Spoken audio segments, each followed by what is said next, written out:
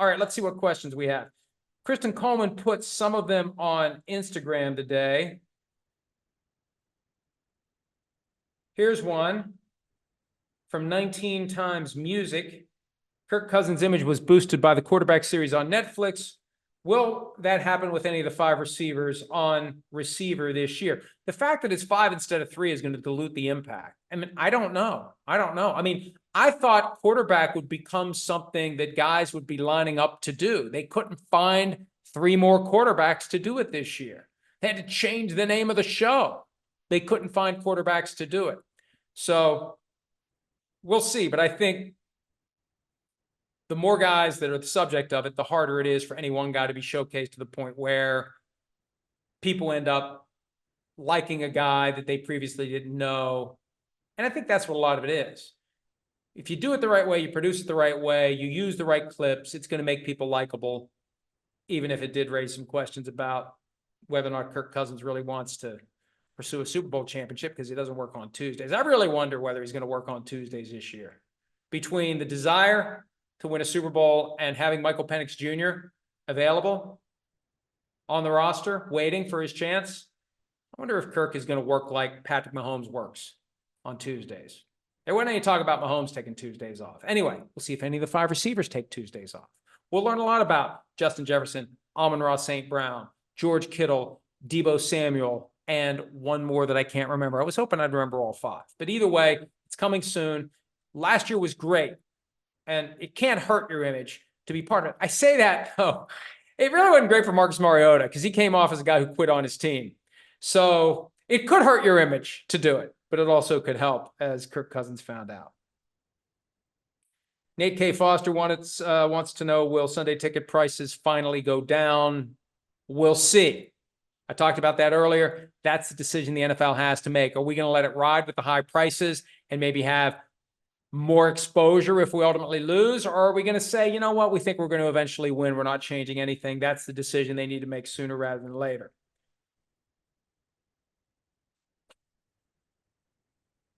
Searing M1, what happens to the Jets if Woody Johnson takes another job in Trump's potential second administration? I think Woody Johnson ends up being the ambassador to the UK again. I think he wants that. I think I've heard he wants that. Last time around, he handed the reins to Christopher, his brother. That caused some of the Jets competitors to say, Christopher may be better than Woody. Maybe this isn't a good thing. But the Jets still, frankly, can't get out of their own way, whether it's Woody or Christopher. But that's what would happen. Christopher would be in charge of the Jets again until Woody comes back. Mark Y. Dinan, any chance you'll bring the show to London for one of the games in October? We've talked about this. First step is get passports. I know. I don't have a passport. I assume Sims does, but I don't know because it doesn't matter until I do. Get the passport and then decide when do you go. Do you go in the off season and do a week over there of shows throughout the UK and Ireland? Or do you go during regular season and be there for the week prior to the game, go to the game? The challenge then becomes contributing to Football Night in America from London. We could probably go to a Sky studio and Chris and I could do our thing from there if we go there for a week during the season. So first step is get the passport. Then the challenge becomes, when do we go? But we very much want to go. I think that it would be a lot of fun for us. It'd be a lot of fun for our followers in the UK and Ireland. There are a lot more than I realize. I think we'd be stunned. I think at the end of the day, when we show up for some of these venues, we're going to need a bigger boat for a lot of these places if and when we do this, because there's a lot of people over there who are rabid NFL fans. They watch our show every day, and I think it would be a lot of fun to come over there and meet some folks. Now to any questions that may be on Twitter. We're going to start with our good friend PFT PM Posse. Due to the number of players tagged or tendered with restricted free agent tags, is that tag worse for players as a whole than the franchise tag? It's not necessarily worse. It only applies to undrafted free agents because they get 3-year contracts and then they're eligible for unrestricted free agency or restricted free agency, as the case may be. And they don't even get 3-year contracts. They become exclusive rights free agents. They're basically year to year. After 3 years, that's when the restricted free agency tender becomes an issue. And it's nothing like the franchise tag. It does delay the eligibility for free agency, but it basically takes an undrafted player and turns him into essentially a drafted player by giving him a salary for that 4th year. And there isn't a lot of movement that happens with restricted free agency. I think there's some collusion that happens with restricted free agency, quite frankly. Here's one from Joe Bucks fan. Maybe you explained it before and I missed it. How is Sunday Ticket a violation of antitrust when cable and satellite companies who force you to buy channels you don't want are not violating antitrust? Here's the reality. They're one company. If whatever the cable provider is, so let's say Comcast, we'll go with our corporate overlords. If you have the Comcast cable package, you want to buy it, here are the channels. This is how it works. You can get this level, you can get that level, but they bundle it. It's one company. The issue with the NFL is it's 32 independent businesses. They benefit from the broadcast antitrust exemption as it relates to selling the rights to the networks that televise the games. But when you're talking about this Sunday Ticket thing, that's where it becomes the potential or actual, as far as the jury is concerned, violation where you're rigging it to fix the price for one product to protect another product. And if it was one business, it would be fine. But it's 32 businesses coming together and moving in concert to make these things happen. That's the difference in a nutshell, or something slightly bigger in a nutshell. CJ Newman, can you break down to the best of your knowledge how the compensatory draft pick process works? No, I can't. I'm not even going to try. It's in the CBA. Some teams understand it well and they know how to do it. Other teams don't or don't care. It's based on the number of free agents you sign, the number of free agents you lose. And different players trigger different levels. And again, it's a whole thing. It takes a lot of knowledge and experience and time to figure it out. Some teams know how to do it and some teams don't. Paul Silva. And I'm going to skip that one. We've already discussed that. Connor Rutledge is an important question, not football related, but as an avid cigar smoker myself, what is your go-to cigar? I do the Padron 1964 Anniversary Series Hermosa regular wrapper. It's about 4 inches. It's 56 gauge. It's because I don't like smoking a big giant cigar, because it gets to a point where that taste stays with you for like 18 hours afterward. My desire to have a cigar is satisfied by, not something that is like one of those big comical cigars that takes an hour to smoke. It takes me about 30 minutes to 45 minutes. It's a great cigar. It's not a cheap cigar, but that's my go-to. That's the one I like more than any other. All right. Buffalo expat, the NFL recently announced there would be no supplemental draft this year. I've always been fascinated with this process, as it can pay big dividends for a few weaker teams able to benefit from it. Who do you regard as the best player ever drafted in the supplemental draft? I was going to do this research. I didn't get a chance to. It had to be Chris Carter. He was a supplemental pick of the Eagles, and he became a Hall of Famer. Not with the Eagles, obviously, but the supplemental draft has really just kind of dissipated in recent years. Bernie Kosar is one of the names that stands out. I think Brian Bosworth was a supplemental draft pick.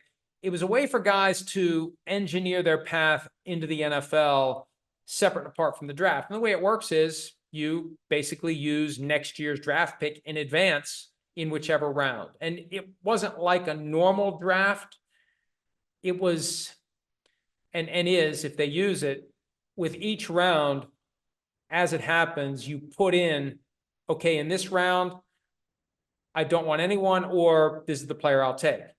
And you find out if you are the one who gets the player because, let's say, you're 21st in the priority list. You say, this is the player I want.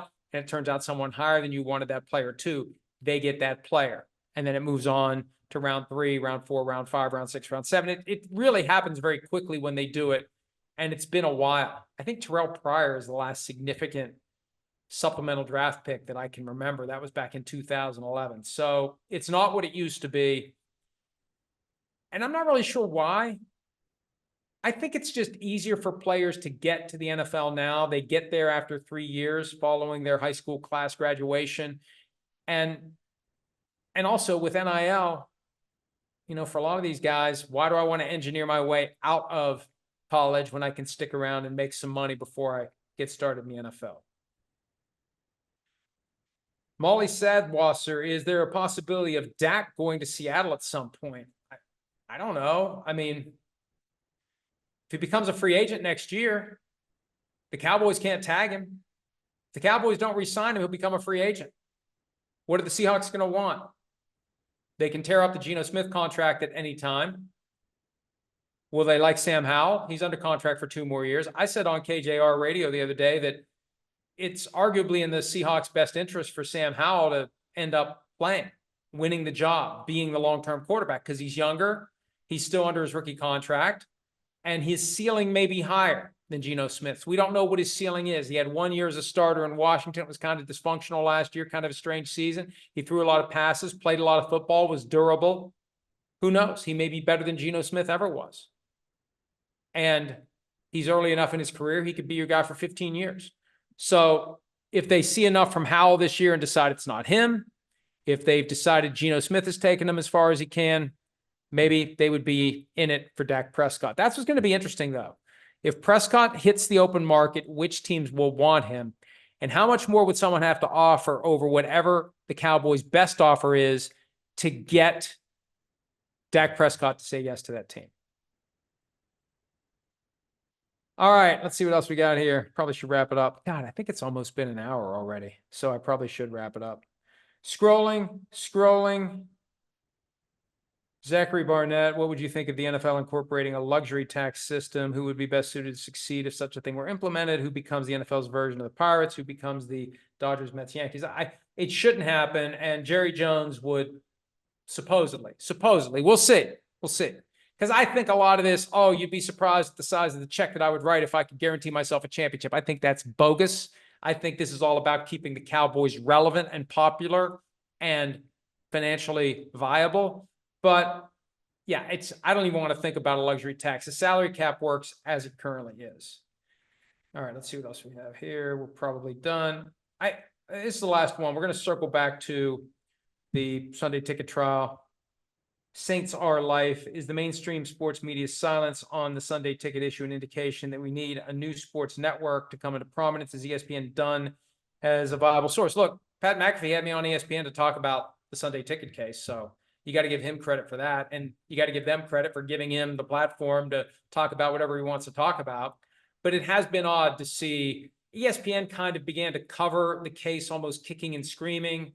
There weren't a lot of outlets that had reporters there on a regular basis. As I said before, it was very hard to find the bits and pieces that helped me understand where the case was going. It was really disappointing. This was a major case.